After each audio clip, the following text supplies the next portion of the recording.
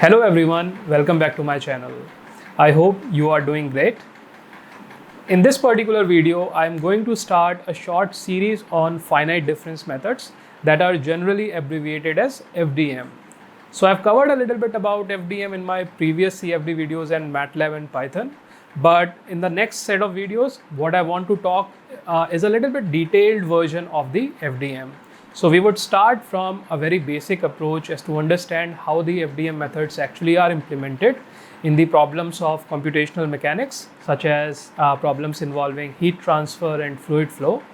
And then we would take it to a somewhat advanced level as to understand a little bit more sophisticated version of the FDM algorithms.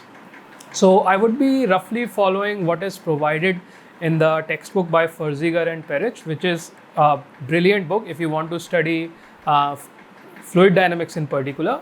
So you're welcome to follow along with that textbook as well.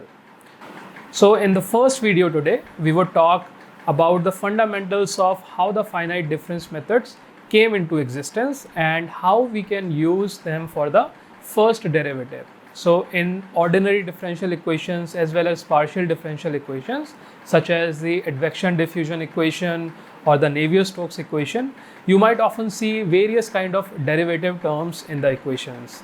So the idea is how we can simplify those terms and solve them using the numerical methods. And FDM is one of the oldest techniques that have been in use and is still somewhat used in a lot of different problems. So without wasting any further time, let's get started.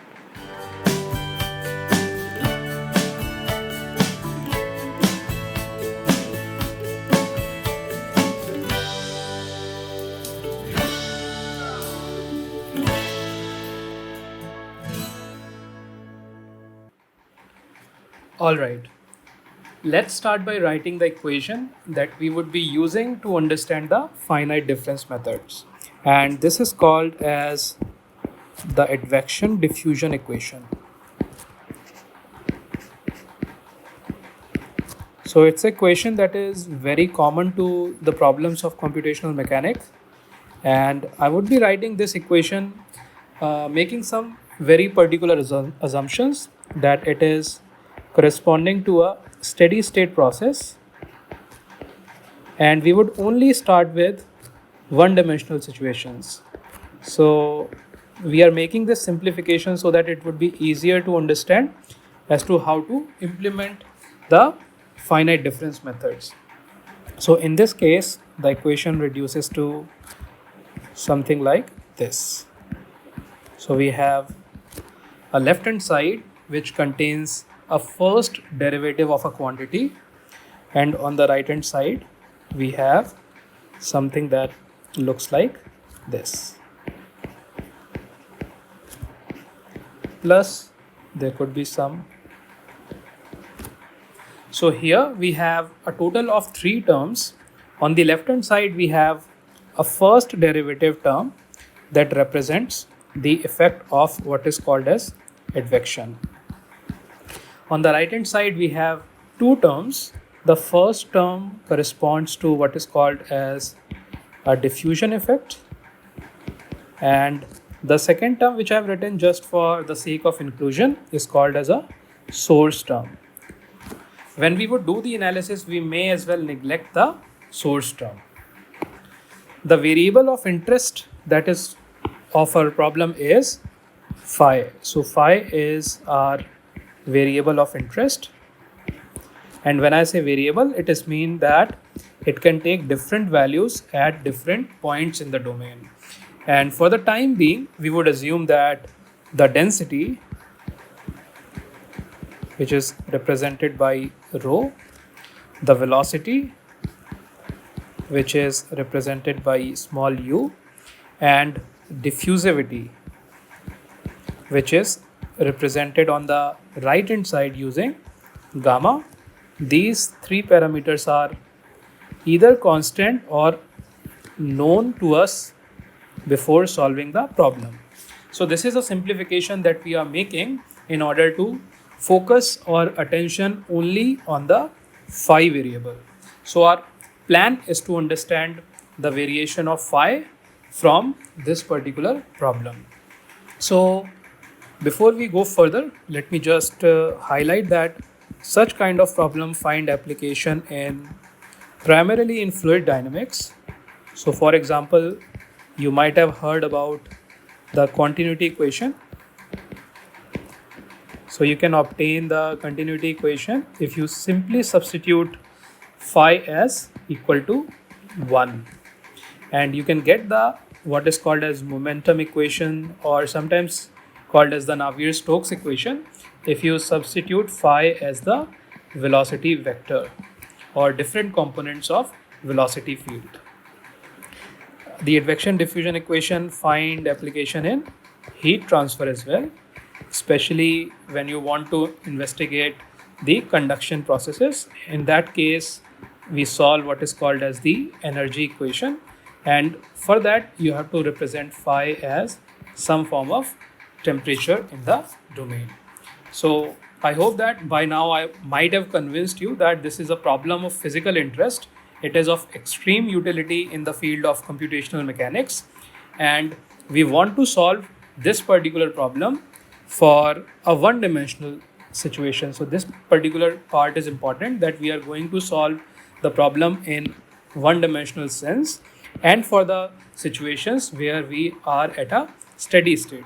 Of course, these simplifications can be lifted, but for now, in order to understand how to deal with first order derivatives such as this or the second order derivatives such as this, how can we use the finite difference method?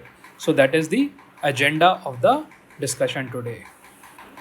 Okay, so now we have looked at what the governing equation is. So since the governing equation is a one-dimensional equation, that is, it varies only in the function of x. So it contains phi as a function of x. So the domain that we would be interested in would also be one-dimensional domain. So let's say this is the kind of domain that we are interested in. It's a linear domain.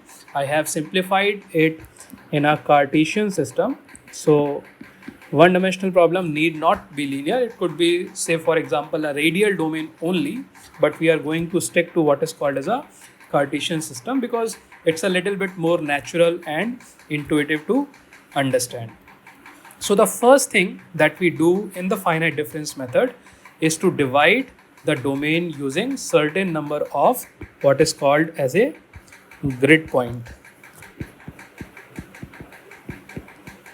So what we would do is we would consider the entire length of the domain. So this is my entire length, and we would place certain number of grid points. So let's say we put some arbitrary number of grid points across the entire length of this domain. So in this case, just for the example, we have taken the total number of points as 5. And if I want to understand the naming or the nomenclature of this grid, we can simply say that this is my point number 1, this is my point number 2, this is my point number 3, this is my point number 4, and this is my point number 5. And if we have a lot of points, I hope I can convince you that for a general grid, if I do the counting this way, if this is my point corresponding to a count of small I, then the point right next to it on the right hand side would have a count of I plus 1, and the point on the right hand side would have a count of I minus 1. And this particular counting or this particular indexing would be very useful when we want to obtain the finite difference approximations and when we want to write some codes for the finite difference methods. So please note that this counting is going to be very important when we would be later understanding how to write the first derivative and the second derivative using the finite difference method. So if I assume that the distance between any 2 points is written as delta x and it does not change. So delta x is the distance between the point I and the point I plus 1, and it is also the distance between the point I minus 1 and I. So in this case, the grid can be called as a uniform grid. A uniform grid has a constant value of delta x. So you might recall from probably your senior high school that if I want to calculate the gradient of phi, that is the slope of phi at a given point I, this is simply given as phi of I plus 1 minus phi at I divided by delta x. And this is on a limit that the delta x tends to 0. So this is a formula that you might recall when you would be interested to calculate, let's say, a slope of a curve in a limiting sense.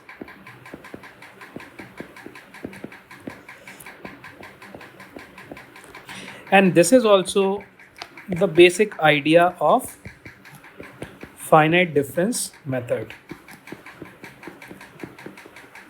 So you see that on the left hand side we have a derivative term, and we have substituted the derivative using some sort of differencing. These differences are algebraic in nature, and we don't need to calculate the gradients in a sophisticated manner. So we have replaced the derivatives that is appearing or that might be appearing in any particular form using some sort of algebraic differences. So I hope that this would be clear by now, and we would now look at the next step in this process so that we can make some better approximations as compared to this basic assumptions or the basic approximation. So this comes from what is called as a Taylor series expansion. So I'm hoping that the Taylor series expansion or the name Taylor series might not come as a shock to you, because it's a very commonly studied series, infinite series in mathematics when you would be pursuing your senior high school. And this Taylor series expansion says that if you have, let's say, a particular point over here which has, let's say, it's represented by a location called as xi, and you have some distance and another point that has called as a location of xi plus 1. So this is simply the location of the points. And let's say the value of the variable that we are interested in. So let's represent the variable as phi at xi and phi at xi plus 1. So for now, we can forget about the other points, whether the grid is uniform or not. Let's not worry about that, but only consider this particular situation. The question that we ask in this particular case is, if we are given the position xi and xi plus 1 as well as the value of phi xi, can we predict what is the value of phi at xi plus 1? So according to Taylor series expansion, this is simply given as phi of xi plus 1. This would be equal to phi at xi plus xi plus 1 minus xi, which is nothing but the spacing between the 2 points. So this spacing, let's say this is called as delta xi, is given as xi plus 1 minus xi, and that is the same thing that I have written just now, multiplied by the first derivative del phi over del x. So I'm writing partial derivative here, but you can simply replace it using the total derivative, because this is a one-dimensional problem. And we have another term which is of this particular form. So it's an infinite series, so there are going to be infinite number of terms. I'm only going to write only a few terms, and then followed by a very general term. So I'll write the first two terms. So let me just briefly go back to the first term over here, which is nothing but the value of phi at the location xi. The second term contains the distance between the 2 points multiplied by the first gradient evaluated at the location I. That is, we want to evaluate the gradient at this particular location, and this subscript is very important. The next term contains the spacing squared divided by 2 factorial followed by a second derivative. This is called as a second derivative, and again this second derivative is evaluated at the point small I. So everything is being evaluated on the small I location on the right hand side.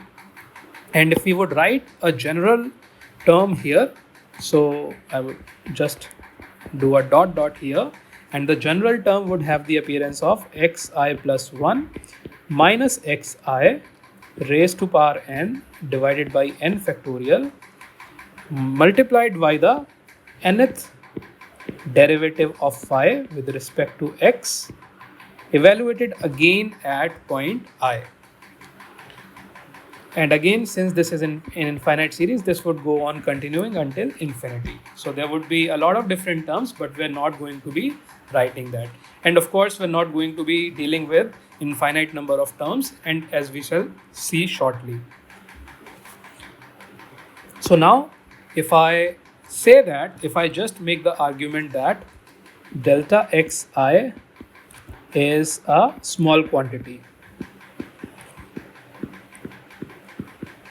So this is my assumption here that delta xi is a small quantity. It means that when we say that delta xi is a small quantity, it means that this term over here, that is the square terms, would be smaller than the term that is appearing in the second term on the right hand side. And when I'm saying that delta xi is a small quantity, it means that it is much smaller than 1.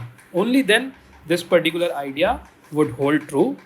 Mathematically, what I'm saying is, if delta xi is much smaller than 1, then xi plus 1 minus xi raised to power n plus 1 would be smaller than xi plus 1 minus xi raised to power n. So just take a moment and try to absorb this particular thought, because this is going to be very important when we would be proceeding further. Only if the delta xi, that is the spacing between the points, is a small quantity, then this particular correlation will hold true. And if this correlation is true, then we can say that this particular term over here would be smaller than this term over here.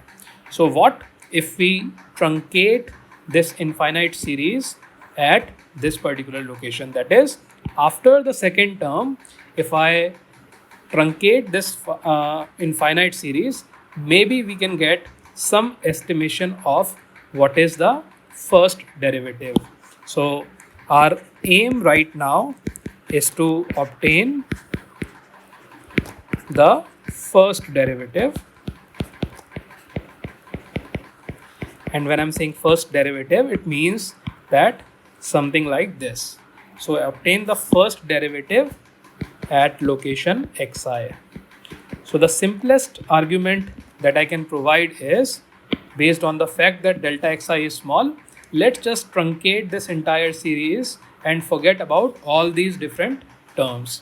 So if I do a little bit of algebraic rearrangement, we can see that delta phi over delta x, and I would simply write it as d phi over dx so that we're not confused. So d phi over dx at the location small I, that corresponds to a location of small I, can simply be now written as phi of x plus 1 minus phi of xi divided by xi plus 1 minus xi.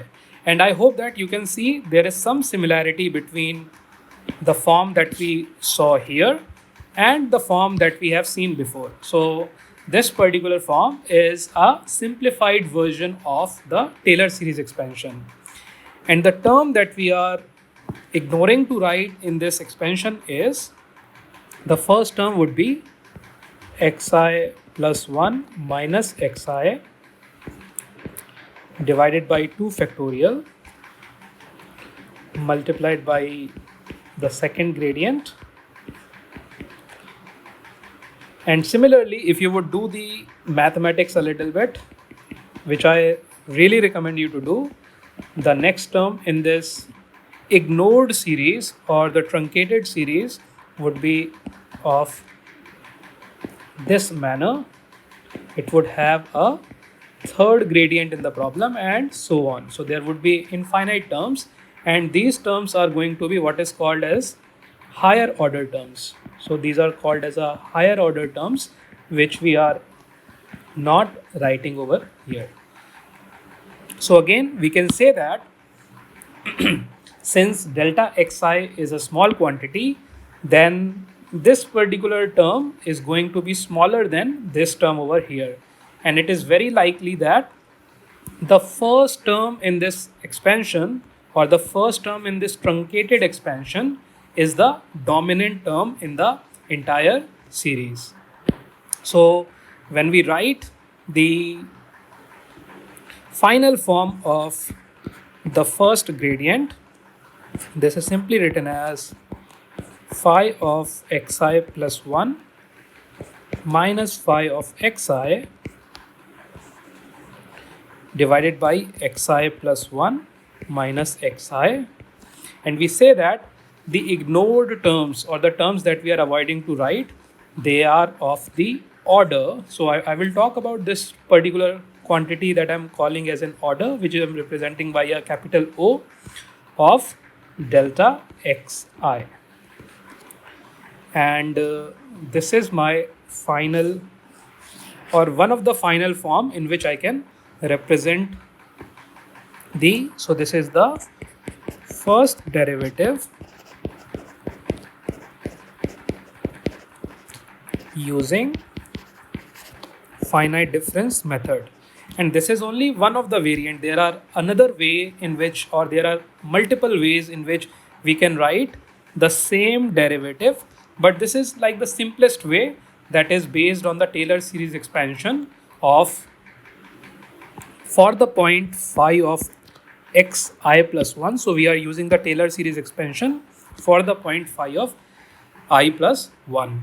And the key takeaway is that the terms that we have ignored, so all these terms that we have ignored in this analysis, the leading term, that is the term that might have the highest weightage, it has a coefficient that is, so we are talking about this particular coefficient. This particular coefficient has a multiple of delta xi, and delta xi is nothing but this particular difference. So I hope that this discussion would give you some idea of finite difference method and how they can be used to evaluate at least the first derivative term. In subsequent set of videos, we would take examples, we would take higher derivatives, as well as we would understand if you want to use FDM for evaluating the same kind of gradient but with higher order of accuracy as to how that can be done. So we would look at a systematic approach to do that, but I think that can wait until the next video. So until then, please take care of yourself. I'll see you in the next one. Bye bye.